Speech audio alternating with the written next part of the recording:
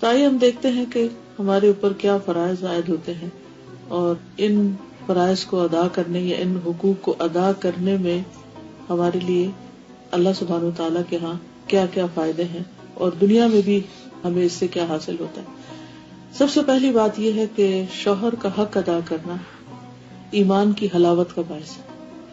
یعنی یہ ایمان کا ایک حصہ ہے، اس سے ایمان کی مٹھاس حاصل ہوتی ہے۔ اگر کوئی عورت بہت عبادت گزار ہے، رات بھر تہجد پڑھتی ہے اور دن بھر روزہ رکھتی، لیکن شوہر کا حق ادا نہیں کرتی، تو ایمان کی حلاوت نہیں پا سکتی۔ معاذ بن جبل سے روایت ہے کہ اللہ کے نبی صلی اللہ علیہ وسلم نے فرمایا، عورت اس وقت تک ایمان کی حلاوت نہیں پا سکتی، حلاوت مٹھاس، سویٹنس، جب تک اپنے شوہر کا حق ادا نہیں کرتی۔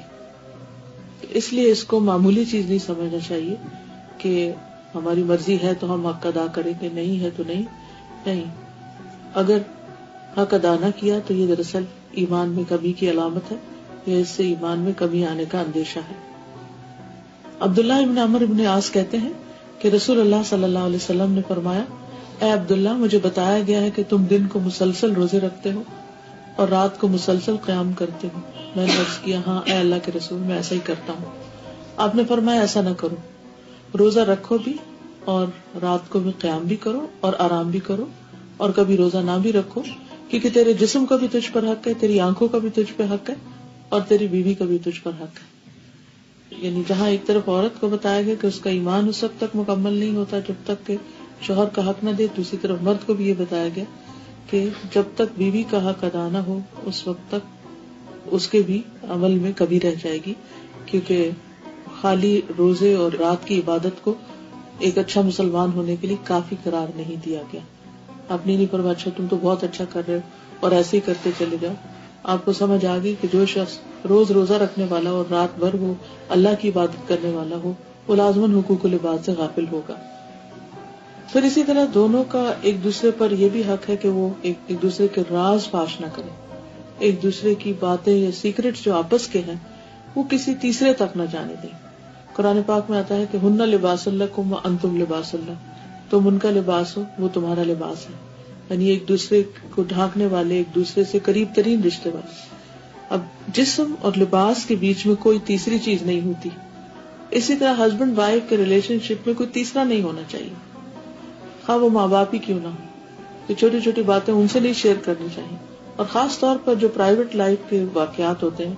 یا جو ہسبینڈ وائف کے کلوز ریلیشن شپ کے چیزیں ہوتی ہیں، وہ تیسرے شخص تک، چاہے فرینڈز ہوں یا بہنیں ہوں یا ماں باپ ہوں، کسی تک نہیں جانی چاہیے۔ ابو سعید خدری کہتے ہیں رسول اللہ صلی اللہ علیہ وسلم نے فرمایا، قیامت کے دن اللہ کے نزدیک سب سے برا شخص وہ ہوگا جو اپنی بیوی کے پاس جائے اور بیوی اس کے پاس آئے اور پھر وہ اپنی بیوی کے راز کی باتیں لوگوں کو بتائے، یعنی بالکل جو پرائیویٹ ریلیشن شپ ہے اس کو لوگوں میں بیٹھ کے، مجلسوں میں بیٹھ کے یا اپنے فرینڈز میں بیٹھ کر ڈسکس کرے۔ ایسا شخص جو ہے قیامت کے دن اللہ سبحانہ وتعالیٰ کے نزدیک سب سے بدترین شخص ہوگا۔ پھر اسی طرح یہ کہ زندگی کے جتنے بھی بوجھ ہیں، جو بھی ذمہ داری ہیں، دونوں کو مل کر اٹھانی چاہیے، یعنی کہ شوہر سارے کا سارا کام بیوی پہ ڈال دے کہ کماؤ بھی خود اور پکاؤ بھی خود اور لاؤ بھی خود اور سب کچھ خود کرو، اور بچوں کی تربیت بھی سارا تمہارا ہی ذمہ ہے۔ یہ بھی بہت بڑی زیادتی کی بات ہے، اور اپنے فرض کو ادا نہ کرنا یہ بھی دراصل بیوی کے حقوق میں کمی کا باعث ہے۔ اور اسی طرح اگر بیوی کوئی بھی ذمہ داری نہیں لیتی اور شوہر کی کوئی بھی ڈیمانڈ پوری نہیں کرتی تو یہ بھی دراصل ایک زیادتی کی بات ہے اور شوہر کے حق میں کمی کی۔ پھر اسی طرح بعض اوقات یہ بھی ہوتا ہے کہ جیسے اولاد کی تربیت ہے یا گھر میں لین دین ہے یا اور معاملات ہیں، وہ سارے کے سارے کسی ایک فریق پر آ جاتے، اور خاص طور پر ہمارے کلچر میں بعض اوقات یہ ساری عورتوں ہی کی ذمہ داریاں ڈال دی گئی، جیسے بچوں کو اسکول لینا بھی اور چھوڑنا بھی اور سودا سلف لانا بھی اور پکانا بھی اور سرو بھی کرنا اور خاندانوں کو بھی سنبھالنا اور باقی سارے کام بھی عورت کی ذمہ داری ہو گئے۔ تو اللہ سبحانہ وتعالیٰ نے یہ سب کچھ عورت کے اوپر نہیں ڈالا۔ اور پھر اگر بچوں کے اندر کوئی کمی بیشی ہے یا ان کی تعلیم میں اپس اینڈ ڈاؤن ہوتے ہیں تو اس میں بھی پھر عام طور پر عورت کو بلیم کر دیا جاتا ہے کہ تم نے خیال نہیں رکھا یا تم نے اپنی ذمہ داری پوری نہیں کی۔ حالانکہ حدیث میں آتا ہے کہ بہترین تحفہ جو والد اپنے بچوں کو دے سکتا ہے وہ اچھا اخلاق ہے، اچھا ادب، یعنی بہترین ادب سکھانا جو ہے وہ باپ کا بہترین تحفہ ہے۔ یعنی عام طور پر باپ دن رات کمانے میں لگے رہتے ہیں، وہ سمجھتے ہیں کہ اگر ہم زیادہ سے زیادہ بچوں کو کھلونے لا دیں گے یا ان کو آؤٹنگ پہ لے جائیں گے یا باہر کھانا کھلا دیں گے تو اس سے شاید ہمارے فرائض پورے ہو جائیں یا ان کو جو ٹائم دینے کا ہمارا ذمہ ہے وہ ادا ہو جائے. تو اس کے بارے میں یہ ہے کہ ان چیزوں سے صرف ذمہ داریاں پوری نہیں ہوتی, وہ اس سے آگے بڑھ کر ان کی دنیا اور آخرت کی فکر کرنے ہی سے ادا ہوگی. پھر خوشگوار تعلقات کے لیے بیوی کی ذمہ داری یہ ہے کہ وہ اپنے رب کے حق کے ساتھ ساتھ شوہر کا حق ادا کرے. رسول اللہ صلی اللہ علیہ وسلم نے فرمایا, اس ذات کی قسم جس کے ہاتھ میں میری جان ہے, عورت اس وقت تک رب کا حق ادا نہیں کر سکتی جب تک شوہر کا حق ادا نہ کرے. تو وہ رب کو خوش نہیں کر سکتی جب تک کہ شوہر کو خوش نہ کرے. عورت اگر پالان پر سوار ہو یا اونٹ پر بیٹھی ہوئی ہو اور اس کا شوہر اسے بلائے تب بھی اسے انکار نہیں کرنا چاہیے, اس کی بات ماننی چاہیے. پھر اسی طرح شوہر کی عزت اور احترام بھی ضروری. یہ سمجھا جاتا ہے کہ شاید یہ صرف پاکستانی کلچر ہے, یہ ہمارے معاشرے میں ہے. ایسا نہیں ہے. ہمارے دین نے ہمیں یہ سکھایا ہے کہ ٹھیک ہے کہ دونوں ایک دوسرے کے ساتھی ہیں, ایک دوسرے کے لیے سکون کا باعث ہیں, لیکن اللہ تعالیٰ نے مرد کو ایک درجہ اوپر رکھا ہے. قرآن پاک میں وَلِلرِّجَالِ عَلَيْهِنَّ دَرَجَةٌ کہہ کے یعنی دونوں کے حقوق ہیں, عورتوں کے بھی حقوق ہیں, مردوں کے بھی حقوق ہیں, لیکن مردوں کا ایک درجہ زیادہ رکھا تاکہ گھر کا انتظام اور جو زندگی کا ایک سفر ہے وہ بہترین طریقے سے آرگنائزڈ وے میں چلے. کیونکہ کوئی بھی آرگنائزیشن ایک ہیڈ کے بغیر نہیں چل سکتی, اور کسی بھی آرگنائزیشن میں اگر 2 لوگوں کو برابر کا ہیڈ بنا دیا جائے تو بھی کام نہیں چلتا. تو اس لیے مرد کا چونکہ ایک درجہ زیادہ ہے, اس لیے درجہ جہاں زیادہ ہوتا ہے وہاں رسپانسبلٹی بھی زیادہ ہوتی ہے, اور وہاں پھر ایک حق بھی زیادہ ہوتا ہے, اور وہاں رسپیکٹ بھی دینا ضروری ہوتا ہے. تو یہاں پر حضرت ابو ہریرہ کی روایت ہے, نبی اکرم صلی اللہ علیہ وسلم نے فرمایا, اگر میں اللہ کے علاوہ کسی دوسرے کو سجدہ کرنے کا حکم دیتا تو بیوی کو حکم دیتا کہ وہ شوہر کو سجدہ کرے. یعنی حکم دیا نہیں گیا, لیکن اس سے یہ پتا چلتا ہے کہ شوہر کا حق کتنا بڑا ہے. لیکن اس کا یہ مطلب نہیں ہے کہ وہ شوہر کی ہر الٹی سیدھی غلط بات سب مانتی رہے. اس میں جو ٹھیک ہوگا اس کو ماننا لازم ہے, اور جو غلط ہے اس کو ماننا ضروری نہیں ہے. عبد الرحمن بن عوف کہتے ہیں کہ رسول اللہ صلی اللہ علیہ وسلم نے فرمایا, جو عورت 5 وقت نماز پڑھتی ہو, ماہ رمضان کے روزے رکھتی ہو, اپنی شرمگاہ کی حفاظت کرتی ہو, اپنے شوہر کی اطاعت کرتی ہو, اس سے کہا جائے گا کہ جنت کے جس دروازے سے چاہو داخل ہو جاؤ.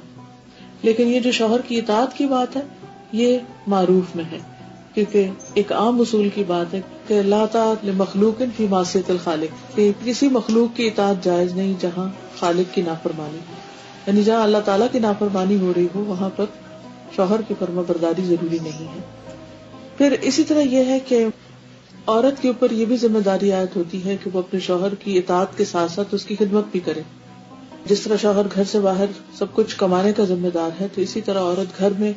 آرام اور سکون فراہم کرنے کی بھی ذمہ دار. حسین بن محسن سے روایت ہے کہ ان کی پھوپھی کسی کام سے رسول اللہ صلی اللہ علیہ وسلم کی خدمت میں حاضر ہوئی. آپ نے ان کا نام پوچھنے کے بعد فرمایا, کیا تم شادی شدہ ہو؟ اس نے عرض کیا, جی ہاں. پھر آپ نے دریافت کیا, تمہارا اپنے شوہر کے ساتھ کیسا رویہ؟ انہوں نے عرض کیا, میں نے کبھی ان کی اطاعت اور خدمت میں کسر نہیں چھوڑی سوائے اس چیز کے جو میرے بس میں نہ ہو. آپ نے فرمایا, دیکھ لو تمہارا اس کی نظر میں کیا مقام ہے, کیونکہ وہی تمہاری جنت اور وہی تمہاری جہنم ہے. یعنی ایک عورت کا اگر شوہر خوش ہے تو اس کے لیے جنت میں جانے کا راستہ ہموار ہو جاتا ہے اس سے. اور یہاں بھی آپ نے فرمایا وہی تمہاری جنت اور وہی تمہاری جہنم ہے. مطلب یہ ہے کہ اگر وہ تم سے خوش نہیں,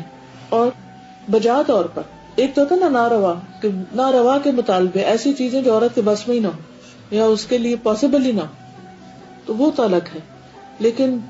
جہاں جان بوجھ کر وہ حق میں کبھی کرتی یا اس کو کچھ سمجھتی نہیں یا اس کے مقابلے میں دوسروں کو زیادہ اہمیت دیتی, تو یہ بات درست ہے. تو آپ نے فرمایا وہی تمہاری جنت اور وہی تمہاری جہنم. پھر اسی طرح عورت کے اوپر یہ بھی لازم ہے کہ وہ اس طریقے پر رہے کہ شوہر دیکھے تو خوش ہو جائے. یعنی بیوی کا حال حلیہ, اس کا اٹھنا بیٹھنا, بات کرنے کا انداز, معاملہ کرنے کا انداز, یہ شوہر کے لیے ایک اٹریکشن کا باعث ہو, یہ بھی اس کے لیے اجر کی بات ہے. عبداللہ بن سلام کہتے ہیں رسول اللہ صلی اللہ علیہ وسلم نے فرمایا, بہترین بیوی وہ ہے جس کی طرف تم دیکھو تو وہ تمہیں خوش کر دے, جب تم کسی بات کا حکم دو تو وہ بات پوری کر دے, اور تمہاری عدم موجودگی میں تمہارے مال اور اپنی ذات کی حفاظت کرے. یعنی اپنی شرم و حیا کی بھی حفاظت کرے، اور گھر پر جو بھی اس کے کسٹڈی میں شوہر کا مال یا راز یا کوئی بھی چیز ہے ان سب کی بھی حفاظت کرنے والی.